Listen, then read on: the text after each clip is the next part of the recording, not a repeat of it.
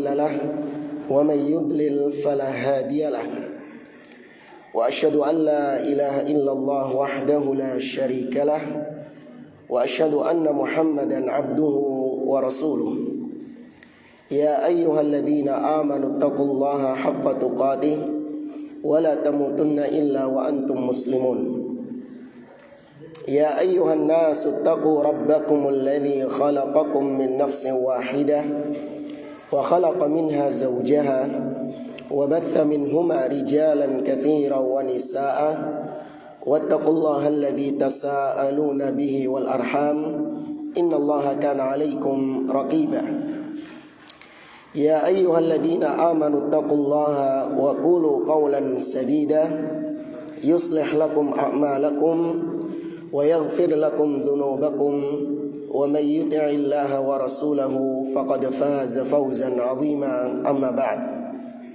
فإن أصدق الحديث كتاب الله وخير الهدي هدي محمد صلى الله عليه وسلم وشر الأمور محدثاتها وكل محدثة بدعة وكل بدعة ضلالة وكل ضلالة في النار. Ma'asyiral muslimin, ikhwani fillah, rahimani wa rahimakumullah. Alhamdulillah, segala puji bagi Allah Subhanahu wa taala yang karena limpahan nikmatnya dan taufiknya kita dipertemukan kembali oleh Allah Subhanahu wa taala di majelis yang mulia ini untuk kita melanjutkan kembali pembahasan as-sirah an-nabawiyah. Pada pertemuan yang lalu kita masih membahas tentang Ghazwatu Uhud atau Perang Uhud, di mana pada pembahasan kita yang terakhir kita menceritakan tentang terbunuhnya gembong musyrikin yang bernama Ubay ibn Khalaf. Singkatnya, ketika kaum muslimin mengalami kekalahan di Perang Uhud, maka Nabi dan para sahabat-sahabat lari menuju Syi'ab. Syi'ab itu adalah jalan-jalan yang ada di atas gunung. Apa bahasa kita? Ya, tebing-tebing yang ada di gunung Uhud itu. Ya, maka Nabi dan para sahabat-sahabat berlarian naik ke atas gunung Uhud tersebut. Kemudian setelah kita sampaikan bagaimana Nabi SAW mengalami luka ketika perang Uhud itu. Di antara luka Nabi SAW yang pertama adalah Ibnu Qami'ah mematahkan gigi Nabi SAW. Atau afwan, saudaranya Sa'ad bin Abi Waqqas, yaitu Utbah bin Abi Waqqas, mematahkan rubaiyah, yaitu gigi seri Nabi SAW.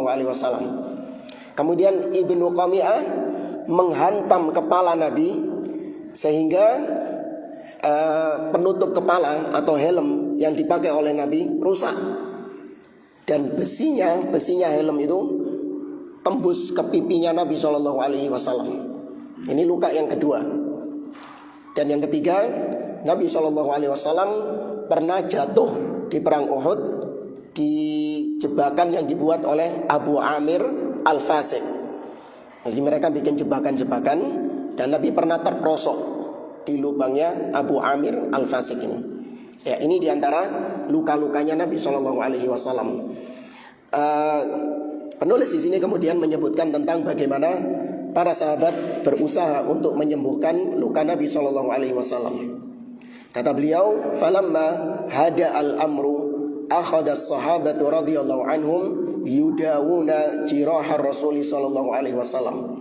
Ketika kondisi sudah semakin kondusif, yakni bukan dalam peperangan, ya artinya tidak seperti ketika kaum muslimin kebingungan, ada isu Rasulullah wafat, sebagian sahabat lari, sebagiannya sudah nggak tahu siapa saja yang dihadapannya dihabisi sama dia. Ini kondisinya sudah kondusif. Maka para sahabat berusaha untuk mengobati luka Nabi SAW. Faqad akhraja Ibnu Hibban, diriwayatkan oleh Ibnu Hibban dari Az-Zubair Ibnu Al-Awwam, amara Rasulullah sallallahu alaihi wasallam Ali ibn Abi Thalib radhiyallahu anhu fa'ata al-mihras wa atahu bima'in fi daraqatihi. Nabi memerintahkan Ali bin Abi Thalib untuk mengambil air. Maka Ali pun mengambil air dengan menggunakan wadah yang terbuat dari kulit. Fa arada Rasulullah sallallahu alaihi wasallam ayyashraba minhu. Nabi ingin minum dari air tersebut. Fa wajada lahu rihan fa'afahu. Tapi ternyata airnya itu enggak enak rasanya. Ada bau yang tidak sedap, maka Nabi enggak mau meminumnya. Fa ghassala bihi dam alladhi fi wajhihi. Tapi air tadi yang dibawa sama Ali dipakai oleh Nabi untuk membersihkan wajah Nabi SAW dari lumuran darah. Ya, dibersihkan oleh Nabi luka-luka yang ada di wajahnya itu. Wa huwa yaqul sallallahu alaihi wasallam, seraya Nabi SAW mengatakan, ishtadda ghadabullah ala man damma wajah Rasulullah SAW. Sungguh sangat dahsyat murka Allah kepada suatu kaum yang membuat Rasulullah terluka, yang membuat Rasulullah berdarah. Ya, Nabi mengucapkan itu kepada para sahabat-sahabat. Nabi mendoakan, sungguh sangat murka, sungguh sangat besar kemurkaan Allah kepada mereka. Kemudian datang Fatimah radhiyallahu taala anha, dan Fatimah radhiyallahu taala anha mengobati luka Nabi sallallahu alaihi wasallam, mencuci bekas-bekas luka Nabi sallallahu alaihi wasallam. Taib ikhwani fillah rahimani rahimakumullah. Kemudian tatkala Nabi sallallahu alaihi wasallam mengobati luka-lukanya tadi, dan Nabi menyebutkan ucapan tadi, ishtadda ghadabullah, sungguh amat besar murka Allah kepada kaum yang melukai nabinya. Atau dalam riwayat yang lain, sebagaimana diriwayatkan dalam Sahih Muslim dari Anas bin Malik, anna Nabiya sallallahu alaihi wasallam usirat rabaiyatuhu yauma Uhud wa shujja fi ra'sihi faja'ala yaslutu dam anhu. Kata Anas bin Malik, Nabi SAW ketika perang Uhud, gigi serinya patah dan kepalanya berdarah, mengucurkan darah. Maka Nabi kemudian mengatakan, kaifa yuflihu qaumun syajju nabiyahum. Bagaimana mungkin suatu kaum bisa beruntung tatkala mereka ini melukai nabinya? Ya, bagaimana suatu kaum bisa beruntung lawung Nabi saja dilukai sama mereka? Wa kasaru rabaiyatahu, nabinya saja dipatahkan giginya. Wa huwa yad'uhum ilallah, padahal Nabi yang mereka sakiti ini, Nabi yang mereka lukai ini, mengajak mereka kepada Allah, mengajak mereka untuk beribadah kepada Allah Subhanahu wa taala. Maka enggak mungkin beruntung kaum seperti ini. Fa anzalallahu alaihi, maka ketika Nabi mengucapkan demikian, turunlah firman Allah Subhanahu wa taala yang ada di dalam surah Ali Imran ayat yang ke-128. Nabi mengatakan, laisa laka minal amri syai'un aw yatuba alaihim aw yu'adzibahum fa innahum zalimun. Kata Allah Subhanahu wa taala, bukan urusanmu wahai Muhammad. Ya, sama sekali bukan urusanmu. Mereka ini mau mereka Allah berikan ampun atau Allah azab mereka, itu bukan urusanmu. Ya, Nabi ditegur oleh Allah Subhanahu wa taala bahwasanya urusan dia diazab atau tidak itu urusan Allah. Tugasmu hanya menyampaikan agama ini. Karena dari ucapan Nabi, seakan-akan Nabi memastikan bahwasanya mereka ini tidak akan beruntung, tidak akan mendapatkan kenikmatan apapun di surga. Kenapa? Karena mereka telah melukai Nabi, karena mereka telah membuat nabinya berdarah, mematahkan giginya Nabi. Maka ditegur sama Allah, laisa laka minal amri syai'un, itu bukan urusanmu. Au yatuba alaihim, Allah mau menerima tobat mereka. Au yu'adzibahum, atau Allah mau mengazab mereka, itu bukan urusanmu. Ya, maka kemudian Nabi SAW mendoakan mereka, Allahumma ghfir qaumi fa innahum la ya'lamun. Ya Allah, ampunilah, ya berikan ampunanmu kepada kaumku, karena mereka sesungguhnya adalah kaum yang tidak mengetahui. Taib ikhwani fillah rahimani wa rahimakumullah. Dari beberapa kisah yang tadi kita sebutkan, ada faedah yang disampaikan oleh beliau. Yang pertama, jawazut tadawi, bolehnya untuk mengobati orang yang sakit. Ya, boleh untuk mengobati orang yang sakit. Ini tidak seperti anggapan sebagian orang, kalau sakit sudah biarkan sakit. Ya, nanti Allah Subhanahu wa taala yang menyembuhkan. Dia nggak mau mengambil sebab-sebab kesembuhan. Ya, dia pasrah dengan takdir. Kalau Allah mau sembuh, maka saya disembuhkan. Tapi kalau Allah nggak mau sembuh, ya saya tetap sakit. Meskipun saya berobat ke sana kemari, kalau Allah mentakdirkan saya sakit, saya akan sakit terus. Ya, ini keliru. Nabi SAW saja, manusia yang paling bertawakal kepada Allah, beliau tetap mencari sebab. Bukan pasrah dengan takdir, tidak. Ya, beliau tetap mencari sebab-sebab yang bisa menyembuhkan beliau. Beliau minta air, kemudian beliau cuci lukanya. Ketika perang, beliau memakai pakaian perang. Ya, beliau pakai penutup kepala. Padahal Nabi SAW orang yang paling bertawakal kepada Allah Subhanahu wa taala. Ya, maka keliru kalau ada orang yang katanya paling bertawakal kepada Allah, tapi dia tidak mau mencari sebab. Ini kata para ulama, qad'un fil aql, ada cacat dalam akalnya. Ya, para ulama menyebutkan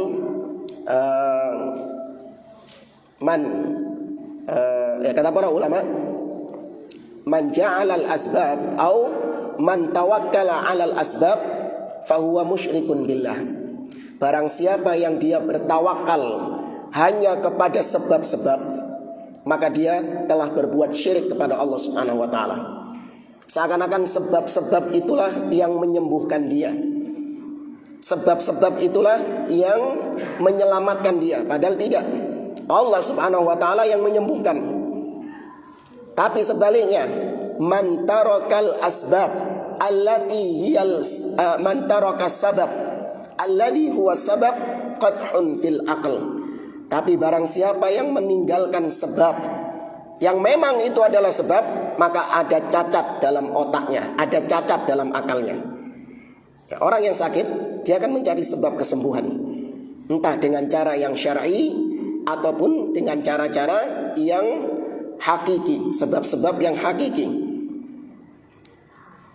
Pernah kita jelaskan nggak tentang sebab yang hakiki dan sebab yang wahmi?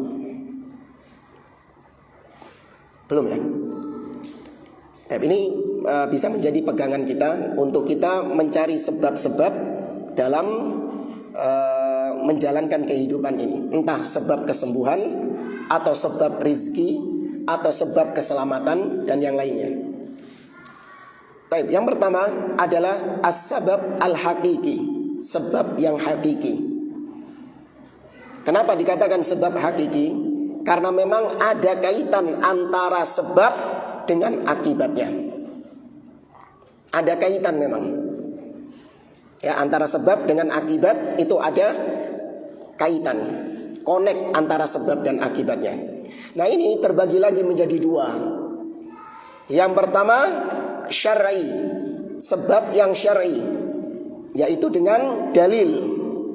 Dalil mengatakan bahwasanya itu sebab, maka kita tetapkan itu sebagai sebab. Contoh, dalil mengatakan bahwasanya air Zam-Zam itu penyebab seseorang bisa sembuh dari penyakit. Dengan dalil kita tetapkan hal tersebut. Kemudian juga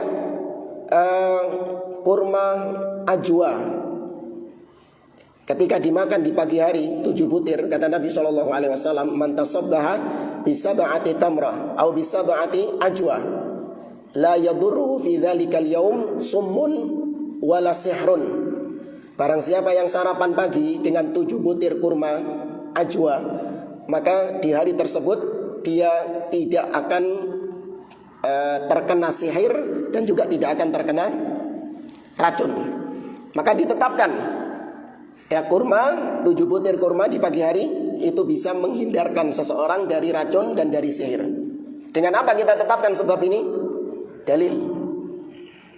Ya, kemudian juga ruqyah, ya, dengan bacaan Al-Quran. Ketika orang sakit dibacakan Al-Quran, ini juga sebab kesembuhan. Dengan apa? Dengan dalil. Ya, dan lain sebagainya. Habbatus sauda, ya, madu, ya, wa nunazzilu, ya, dengan Al-Qur'an tadi, wa nunazzilu minal Qur'ani ma huwa syifa, dan yang lainnya. Baik, ini sebab yang syar'i ditunjukkan dengan dalil. Nah, diantaranya juga sebab yang syar'i ini adalah sebagaimana Nabi SAW memerintahkan untuk meminum kencing unta dicampur dengan susu unta. Ya, sebagaimana datang dalam riwayat Muslim. Itu juga sebab yang syar'i. Kemudian yang kedua adalah sebab yang hakiki tapi nggak ada dalilnya, yaitu dengan tajribah, dengan pengalaman, experience, dengan penelitian. Yang dengan penelitian itu, dengan pengalaman itu diketahui bahwa ini adalah sebab yang bisa mengakibatkan pusing dikompres.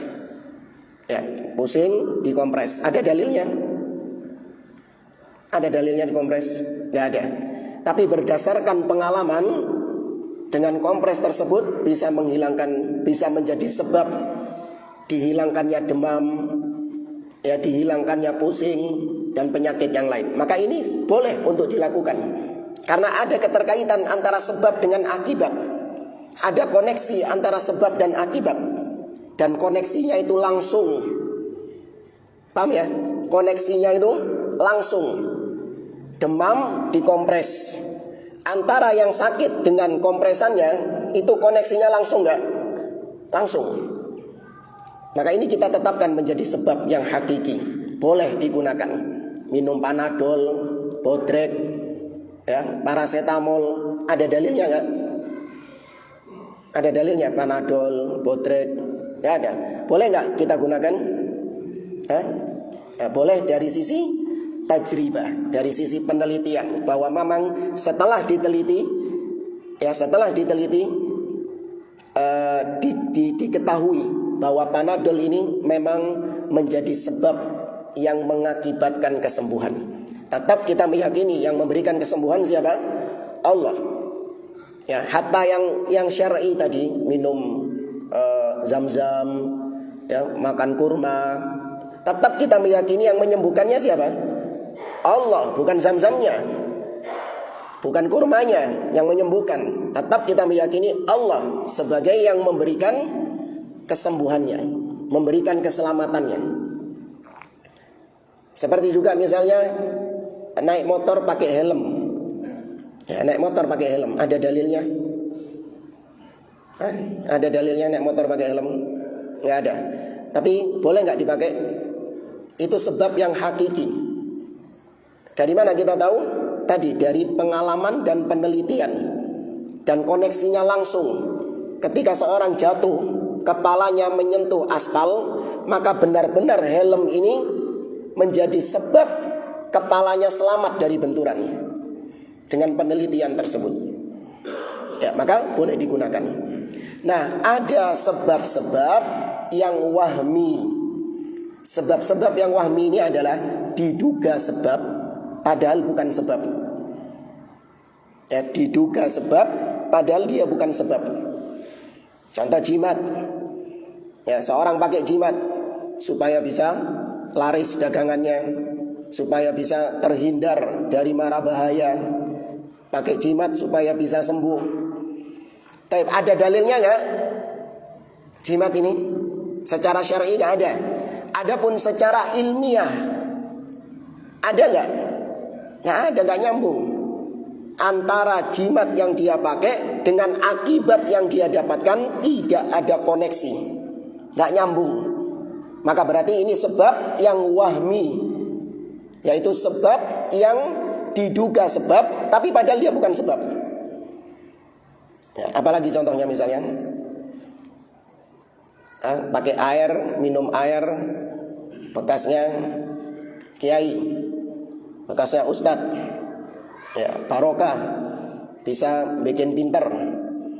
Apalagi bisa menyembuhkan penyakit dan yang lainnya. Tapi secara dalil ada tidak? ada, tapi itu kekhususan Nabi SAW. Ketika Nabi meludahi, siapa yang matanya sakit? Ali bin Abi Thalib diludahi sama Nabi SAW, sembuh seketika. Ya, itu kekhususan Nabi SAW. Tidak terjadi pada orang-orang selain Nabi. Abu Bakar sebagai manusia yang terbaik setelah Nabi gak pernah ngeludah-ludahin sahabat. Paham ya? Sahabat-sahabat ketika sakit gak ada yang datang kepada Abu Bakar, wahai Abu Bakar, idonono aku, ludahi aku. Padahal mereka sepakat manusia terbaik setelah Rasulullah adalah Abu Bakar As-Siddiq. Demikian juga Umar ibn Khattab gak pernah minta diludahi sahabat itu. Ini menunjukkan bahwasanya kekhususan Nabi. Nah, orang yang menggunakan metode demikian supaya pinter katanya, ya pakai air minum bekas ludahnya ustadz, bekas ludahnya kiai, maka kita katakan itu sebab yang wahmi, gak nyambung antara minum air dengan akibat, yaitu pintar, kecerdasan yang dia dapatkan. Nyambung? Gak nyambung. Kalau kita ingin mendapatkan kepintaran, mendapatkan ilmu, maka caranya yang syar'i dengan apa? Belajar. Ya, dengan menuntut ilmu. Itu baru sebab yang syar'i. Ya, Anda kalau paham rumus ini, insya Allah nggak perlu tanya lagi tentang masalah pengobatan alternatif. Ya, berapa bulan belakangan viral. Ya, seorang yang bisa mengobati orang yang patah tulang, ya, dengan joget-joget. Ya, kemudian dipegang-pegang gini, lurus tulangnya. Ya.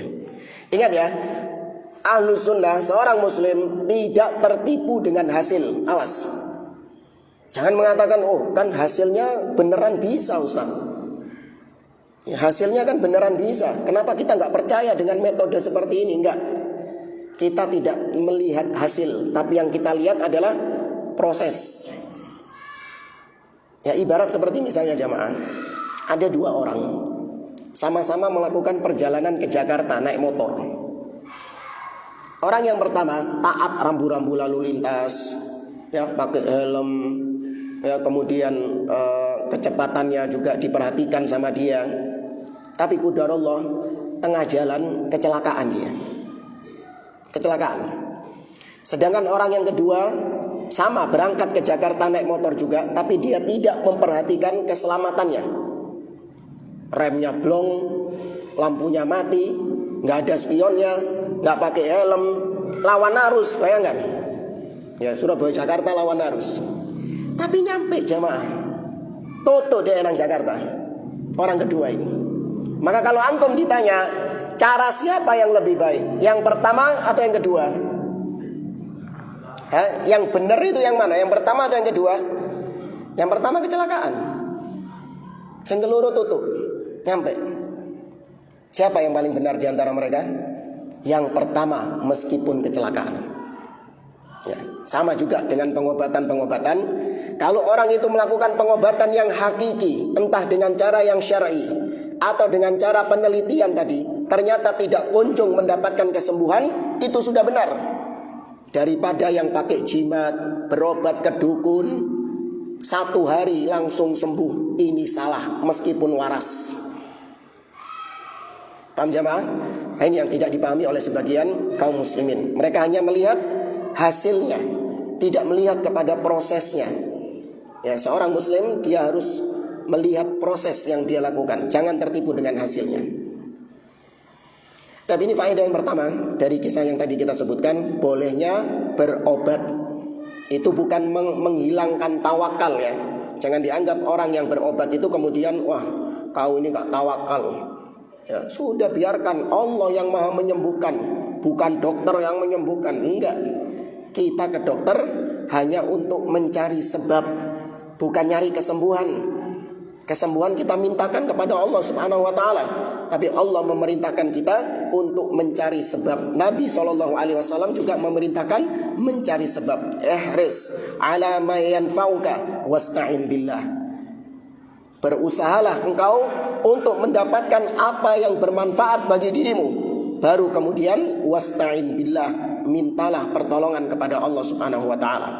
Itu dipraktekkan oleh Nabi. Kemudian pelajaran yang berikutnya dari kisah tadi, Nabi SAW terluka, itu menandakan bahwa yang pertama, Nabi manusia biasa, sebagaimana kita manusia biasa. Allah berfirman dalam akhir surah Al-Kahf, "Qul innama ana basyarun mithlukum yuha ilayya." Katakan wahai Muhammad, bahwasanya aku adalah manusia biasa seperti kalian.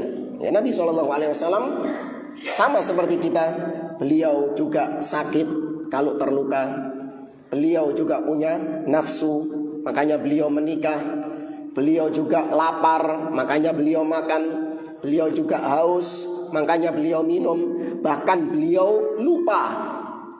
Ya, sengaja Allah Subhanahu wa taala menjadikan nabinya lupa. Sebagaimana manusia-manusia pada umumnya juga lupa. Innama sumiyal insan linisyanihi. Tidaklah manusia itu disebut insan karena dia itu nisyan, karena dia itu pelupa. Nabi pelupa juga. Nabi pernah lupa juga.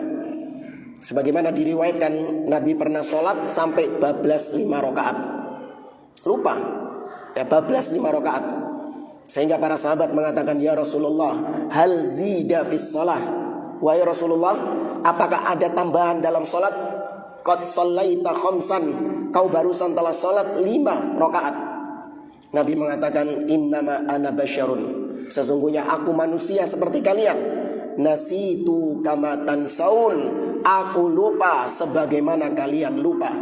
Fa idza nasitu fadzakiruni. Kalau aku lupa, maka ingatkan lagi ketika sholat. Ya, makanya disyariatkan ucapan subhanallah ketika seorang lupa dalam sholatnya. Ya, maka kalau Nabi manusia biasa, beliau sama seperti kita posisinya sebagai manusia biasa, maka berarti Nabi sama sekali tidak memiliki hak untuk disembah dan diibadahi. Nabi tidak memiliki hak untuk disejajarkan dengan Allah Subhanahu wa taala. Nabi sama sekali tidak pantas mendapatkan penghambaan diri kita. Nabi gak pantas dapat sujud kita. Nabi gak layak mendapatkan doa dari kita. Maksudnya kita minta kepada Nabi SAW enggak. Ya, kita bertawakal kepada Nabi atau kita bersumpah dengan nama Nabi. Nah, ini banyak diantara kaum muslimin. Demi Allah, demi Rasulullah. Waduh, wis bener demi Allah. Ate ditambah ya apa? Demi Rasulullah. Ini syirik kepada Allah Subhanahu wa taala. Ya, man halafa bi ghairillah faqad asyraka, kata Nabi.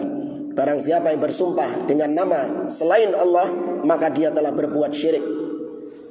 Ya, maka Nabi sama sekali enggak punya hak untuk diibadahi, untuk disanjung-sanjung melebihi kedudukan beliau sebagai seorang hamba dan rasul. Nabi mengatakan, kata Nabi, la tutruni kama atratin nasara ibna Maryam. Jangan kalian berlebih-lebihan dalam menyanjungku sebagaimana orang-orang Nasara berlebih-lebihan dalam menyanjung Isa putra Maryam. Fa innama ana abdun, karena aku hanyalah seorang hamba biasa. Faqulu abdullahi wa rasuluh. Katakanlah bahwasanya aku adalah hamba Allah, tapi di sisi yang lain aku juga utusan Allah. Ya, jangan dikatakan Nabi cuma manusia biasa titik. Enggak. Nabi manusia biasa, akan tetapi beliau diangkat menjadi rasul yang wajib untuk kita muliakan, wajib untuk kita hormati, wajib untuk kita teladani. Namun jangan sampai penghormatan kita kepada Nabi, sanjungan kita kepada Nabi menjadikan kita menghambakan diri kepada Nabi SAW. Ya, sebagaimana yang tersebar di antara sebagian kaum muslimin, syair-syair puji-pujian kepada Nabi SAW, namun ternyata isinya hulu, berlebih-lebihan dalam memuji Nabi SAW. Sebagaimana dibacakan oleh sebagian orang dalam qasidah burdah. Ya, qasidah burdah.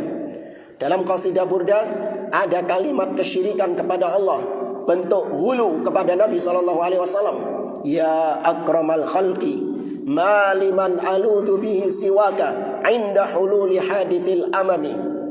Wahai makhluk yang paling mulia. Siapa maksudnya? Nabi SAW. Wahai makhluk yang paling mulia, tiada bagiku tempat berlindung dikala musibah datang kepadaku kecuali hanya kepadamu. Berlindung dari musibah kepada Nabi SAW. Padahal Allah mengatakan, wa iyyamsaskallahu bidurrin fala kashifa lahu illahu. Apabila kalian ditimpa musibah, tidak ada yang bisa mengangkat musibah itu kecuali Allah Subhanahu wa taala. Qul a'udzu birabbil falaq, qul a'udzu birabbin nas. Minta perlindungan hanya kepada Allah. Enggak boleh minta perlindungan kepada Nabi SAW. Itu bentuk kesyirikan. Ini enggak disadari oleh sebagian orang. Mereka hanya sekedar ikut-ikutan. Wah, ini bagus ini, syair-syair puji-pujian kepada Rasulullah. Gak paham kalau maknanya ternyata adalah syirik kepada Allah Subhanahu wa taala. Ya.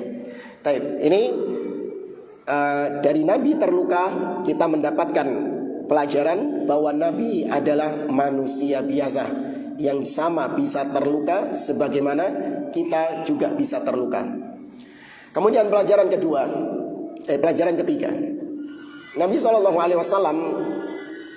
tadi mengucapkan ucapan kepada orang-orang musyrikin Quraisy, kaifa yuflihu qaumun syajju nabiyahum. Bagaimana mungkin suatu kaum bisa beruntung tatkala mereka melukai nabinya, wa huwa yad'u ila Allah, padahal sang nabi hanya mengajak mereka kepada Allah Subhanahu wa taala. Maka Allah menegur Nabi. Allah turunkan firman-Nya, laisa laka minal amri syai'un aw yatuba 'alaihim aw yu'adzibahum fa innahum zalimun. Bukan urusanmu wahai Muhammad. Mau Allah siksa mereka, mau Allah ampuni mereka, itu bukan urusanmu. Dan ternyata memang benar jemaah. Banyak di antara orang-orang musyrikin itu yang ada di perang Uhud, yang kata Nabi enggak beruntung mereka, justru mereka kebanyakan nanti di tahun-tahun berikutnya kemana? Jadi sahabat, dapat hidayah masuk Islam. Di antaranya panglimanya orang-orang Quraisy ketika perang Uhud. Siapa? Panglima tertingginya Abu Sufyan.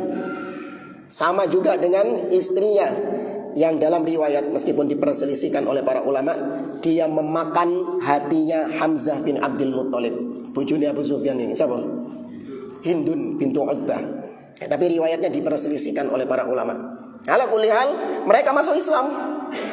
Kok Nabi mengatakan bahwasanya mereka tidak beruntung karena melukai nabinya? Makanya ditegur sama Allah, bukan urusanmu. Mau Allah azab mereka atau Allah ampuni mereka, bukan urusanmu. Khalid ibnul Walid juga masuk Islam. Yang membunuh Hamzah, siapa? Wahsy, sama juga masuk Islam juga. Ya. Dari sini kata para ulama, Nabi SAW bukanlah orang yang Nabi SAW bukanlah orang yang bisa memberikan hidayah kepada orang lain. Ya. Nabi tidak bisa memberikan hidayah kepada mereka. Allah menegur karena Allah tahu bahwasanya mereka kelak akan mendapatkan hidayah. Bukan Nabi yang memberikan hidayah kepada mereka. Allah berfirman juga kepada nabinya, innaka la tahdi man ahbabta walakinallaha yahdi man yasha. Sesungguhnya engkau wahai Muhammad tidak bisa memberikan hidayah kepada siapapun yang kau kehendaki, tapi Allah yang memberikan hidayah kepada siapa yang Allah inginkan hidayah. Nabi itu cuma bisa ngasih hidayah ilmu, irsyad. Tapi hidayah berupa taufik itu milik siapa? Allah Subhanahu wa taala. Ya, pernah kita sampaikan hidayah terbagi menjadi dua. Ada hidayah ilmu dan hidayah taufik. Kalau hidayah ilmu, semua orang bisa. Sepanjang dia punya ilmu, kemudian dia sampaikan ilmu itu kepada orang lain, maka sejatinya orang itu sudah dapat hidayah, tapi hanya sebatas ilmu saja. Nah, nanti ilmunya ini dipraktekkan atau tidak, diamalkan atau tidak, nah ini baru butuh hidayah apa? Taufik. Dan itu hanya milik Allah, bukan milik Nabi, bukan milik siapapun. Makanya Nabi gak bisa menjadikan pamannya Abu Thalib masuk ke dalam Islam.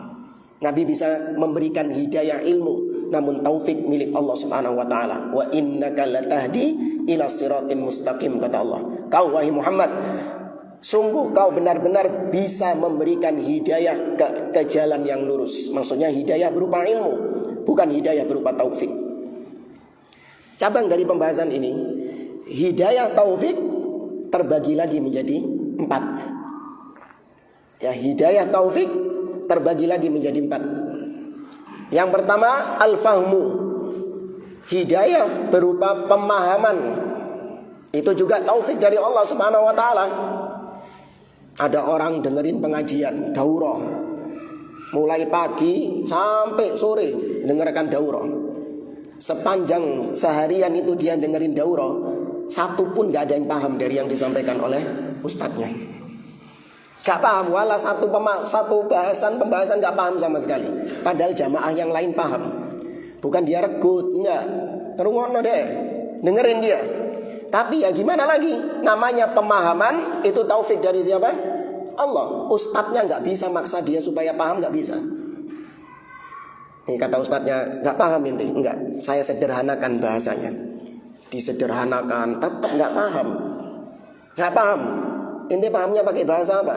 Oh pakai bahasa ini, diganti bahasanya. Tetap gak paham. Ya gak bisa dipaksa. Namanya pemahaman taufik dari Allah Azza wa Jalla. Kemudian yang kedua adalah al-amal. Belum, al-qabul, menerima. Itu juga taufik dari Allah. Ada orang sudah paham, ustadznya ngomong apa paham dia. Tapi apakah mesti dia menerimanya? Nggak mesti dia menerima. Dia paham tapi dia nggak menerimanya. Ya, masih ada syubhat dalam dirinya. Maka paham dan menerima itu juga taufik dari Allah Subhanahu wa taala. Ketika seorang diberikan taufik sehingga dia menerima kebenaran, itu hidayah dari Allah Azza wa Jalla. Nah, yang ketiga, mengamalkan. Dia sudah paham dan dia sudah menerima sebagai kebenaran, tapi jamin gak diamalkan sama dia? Belum tentu diamalkan sama dia. Ya.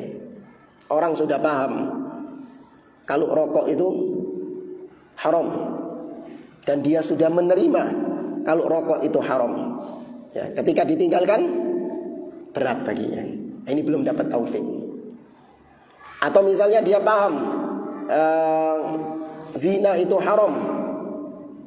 Ya, dia paham dan dia menerima zina itu haram. Tapi ketika meninggalkannya berat baginya. Ini juga butuh taufik dari Allah Subhanahu wa taala. Dan yang keempat, ad-dakwah. Ya, mendakwahkannya. Dia sudah paham, sudah menerima, sudah mengamalkan.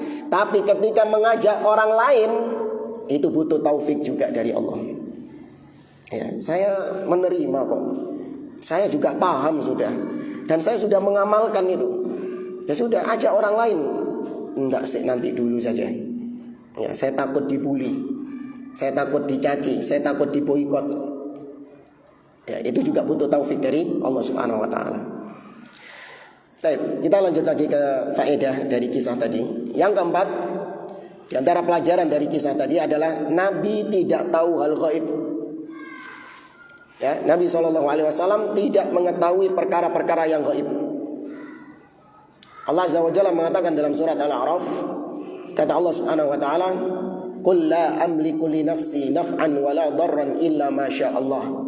Katakan wahai Muhammad, aku tidak memiliki kuasa atas diriku mendatangkan manfaat ataupun mudarat kecuali dengan kehendak Allah, kecuali dengan izin Allah. Walau kuntu a'lamul ghaiba lastakthartu minal khairi wa ma massani yasu'. Seandainya aku tahu ilmu gaib, yakni apa yang terjadi di masa yang akan datang, maka pasti aku akan ditimpa kebaikan-kebaikan dan aku tidak akan ditimpa keburukan-keburukan. Nabi kalau tahu bahwasanya ketika perang Uhud beliau terluka, gigi beliau patah, pipi beliau tembus, ya, dan berbagai macam luka-luka, Hamzah bin Abdul Muttalib gugur. Kira-kira kalau Nabi tahu, maka apakah Nabi nekat untuk melakukan perang Uhud? Tidak.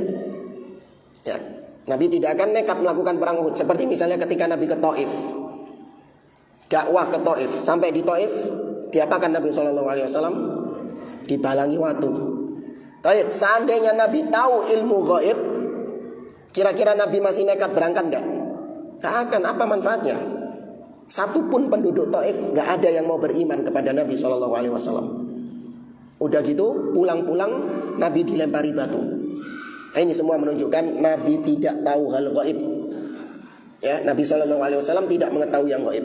Nah, ini sangat disayangkan. Di dalam qasidah Burdah yang tadi kita sebutkan, dikatakan bahwa Nabi SAW tahu tentang ilmu gaib. Dikatakan dalam qasidah tersebut, wa inna min ulumika ilmal lauhi wal qalam. Dan di antara ilmumu wahai Muhammad, ilmu lauhul mahfud dan ilmu pena, yakni catatan takdir. Jadi Nabi tahu lauhul mahfud, naudzubillah. Ya, padahal hanya Allah Azza wa Jalla yang mengetahui takdir. Wa indahu mafatihul ghaib la ya'lamuha illahu, kata Allah dalam surah Al-An'am. Dan di sisi Allah lah perbendaharaan ilmu-ilmu gaib. Tidak ada yang tahu kecuali Allah Subhanahu wa taala. Hatta Jibril yang dekat dengan Allah Azza wa Jalla tidak tahu tentang ilmu gaib. Demikian juga Nabi SAW tidak tahu ilmu gaib. Ya, ini faedah yang sangat luar biasa. Akidah yang dipegang oleh seorang muslim, yang tahu ilmu gaib hanya Allah Subhanahu wa taala. Qul la ya'lamu man fis samawati wal ardil ghaiba illallah. Katakanlah wahai Muhammad, tidak ada seorang pun, tidak ada satupun makhluk baik di langit ataupun di bumi yang tahu tentang ilmu gaib, yakni salah satunya apa yang terjadi di masa yang akan datang. Tidak ada yang tahu kecuali Allah Subhanahu wa taala. Nah, kembali kepada tadi masalah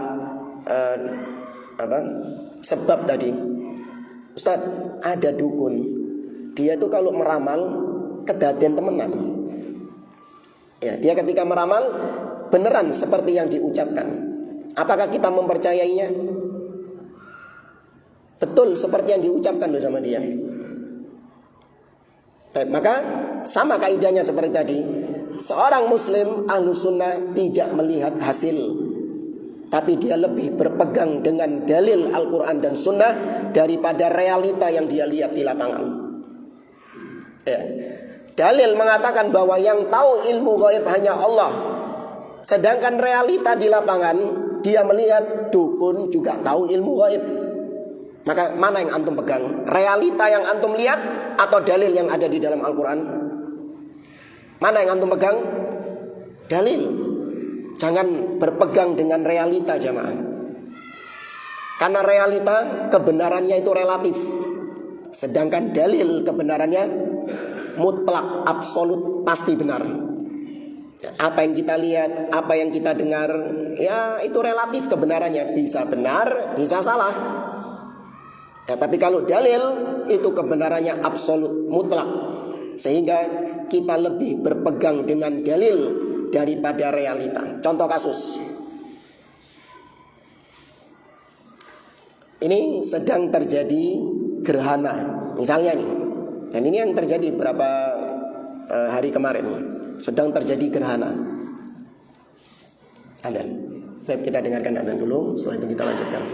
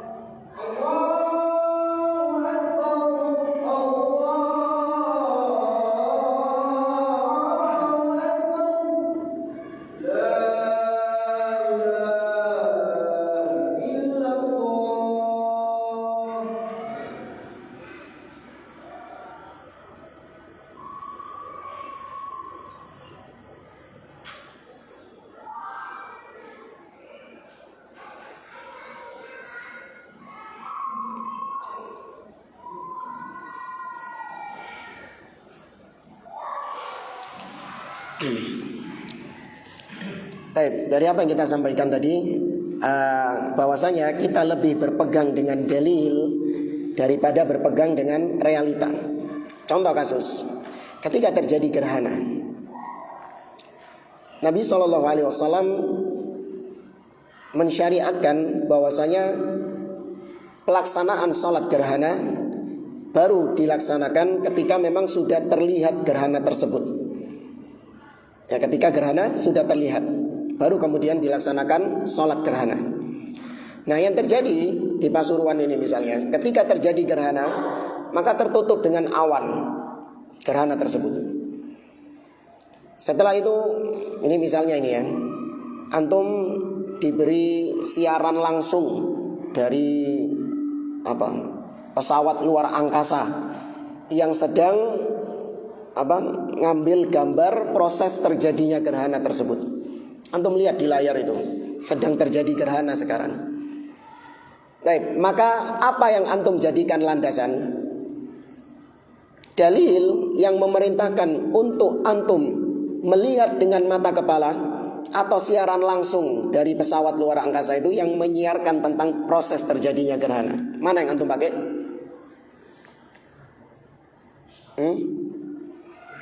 Apakah yang antum pakai sains, teknologi sains yang ada, ataukah dalil yang mengatakan bahwa antum melihat dengan mata kepala? Sedangkan di sini terjadi mendung, nggak kelihatan gerhananya. Apakah tetap dilaksanakan sholatnya? Enggak. Tetap dilaksanakan? Tidak. Atau bahkan seandainya jamaah, astronotnya video call sama antum. Bayangkan, astronotnya video call sama antum. Iki lho gerhana gini, gak percaya kok tak dudukno iki lho. Antum bilang lho, nek Pasuruan mendung, gak kelihatan gerhananya. Iki lho gerhana, wis salat to kon iki. Terjadi gerhana ya, kon gak percaya ta ambek iki. Kau gak percaya dengan ini. Siaran langsung ini jamaah. Mana yang lebih kita percaya? Dalil atau sains yang kita lihat dengan mata itu? Mana yang kita percaya? Dalil. Kalau sudah gak terlihat ya sudah, tidak disyariatkan sholat gerhana. Nah, ini kalau kita terapkan, kita tidak akan tertipu dengan realita-realita yang kita lihat. Ya, karena realita-realita tersebut kebenarannya absolut, kebenarannya relatif, sedangkan dalil kebenarannya mutlak. Maka sekali lagi Nabi SAW tidak tahu tentang ilmu gaib. Nah, tadi belum sempat kita singgung. Adapun kalau dukun-dukun, peramal-peramal tahu tentang ilmu gaib, apa yang terjadi di masa yang akan datang, itu bisa jadi karena apa?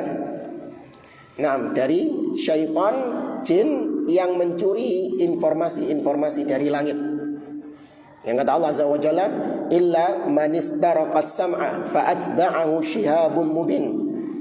Ya, setan-setan yang mencuri kabar-kabar langit, mereka dilempar dengan bintang-bintang yang ada di langit tersebut. Ya, sempat ada yang mereka dapatkan dari informasi-informasi tersebut sampai kepada para wali-wali syaitan itu, yaitu para dukun-dukun itu. Kemudian disampaikan kepada manusia, dibungkus dengan 1000 kedustaan. Dan realitanya gitu. Yang viral-viral bahwasanya dukun ini ramalannya benar, itu ketika benar. Padahal yang salah lebih banyak daripada itu, nggak viral. Ya kan? Yang meleset lebih banyak daripada itu, tapi nggak viral. Yang viral itu cuman ketika peramalnya benar. Tuh, lihat ini, ada katanya artis sudah diramal tahun sekian akan ditangkap karena narkoba begini, ada artis yang mati begini-begini. Dari sekian banyak hanya segelintir yang benar, itu yang di-up, yang diangkat. Sedangkan yang keliru-keliru dikubur dalam-dalam. Ya, maka seorang muslim tidak percaya, tidak percaya dengan ucapan-ucapan tukang ramal tersebut, karena akidah kita hanya Allah Subhanahu wa taala yang mengetahui perkara-perkara yang gaib. Ikhwani fillah rahimani wa rahimakumullah. Insyaallah pada pertemuan selanjutnya kita akan sampaikan tentang bagaimana Nabi SAW dan para sahabatnya meladeni ejekan-ejekannya Abu Sufyan. Ya, Nabi meladeni ejekan-ejekannya Abu Sufyan sampai pada akhirnya kaum musyrikin meninggalkan lokasi Uhud, dan Nabi, para sahabat sibuk mengubur para syuhada Uhud. Ya, Nabi dan para sahabat sibuk mengubur para syuhada Uhud. Hada wallahu a'lam bissawab. Aqulu qawli hada wa sallallahu ala nabiyyina Muhammad wa ala alihi wa sahbihi ajma'in. Wa akhiru da'wana anil hamdulillahi rabbil alamin. Thumma assalamu alaikum warahmatullahi wabarakatuh.